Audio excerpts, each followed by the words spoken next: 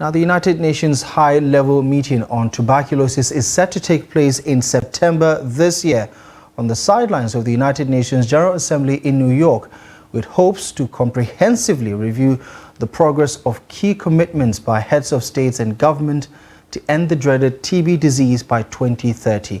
Civil society actors are calling on the government of Nigeria to ensure the implementation of adequate measures to eradicate the disease and enact laws towards protecting TB communities through multi-sectoral approach.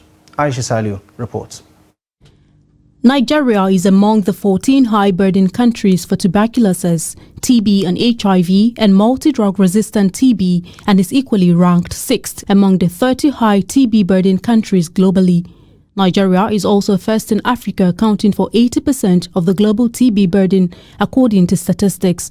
Although the country has a lot of missing cases of tuberculosis and records about 400,000 cases of TB yearly, the WHO 2022 Global Report estimates that 112,000 mortality was recorded in the country.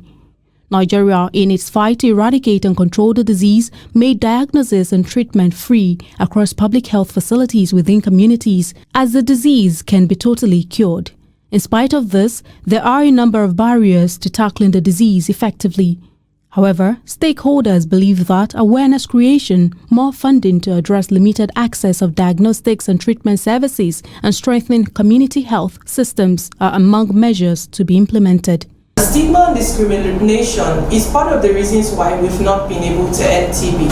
Because when people do not know that a person on TB treatment can no longer spread the disease, then they continue to stigmatize them.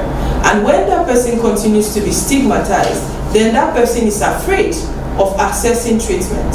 And that leads to that person continuing to live within communities, continuing to engage with people that they can now transfer the disease to. We need more resources, again, I reiterate that, more resources invested in TB in the area of research and development of vaccines to fight the disease. There are also calls on the government at national and sub-national levels to enact TB legislations that protect the fundamental human rights of TB communities. There are persons are treated differently because they are affected by TB, whether through loss of jobs or through denial of freedom to walk around, to associate, and all of that.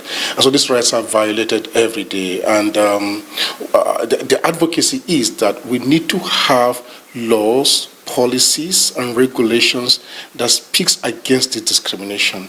The tension between human rights, and that is the societal rights, and then the right of the individual within the space of TB infection and infection should be such that human rights are respected. That's what we're saying. You see the issue of HIV. We made great strides when we passed the HIV Non-Discrimination Act at federal level and at sub-national levels.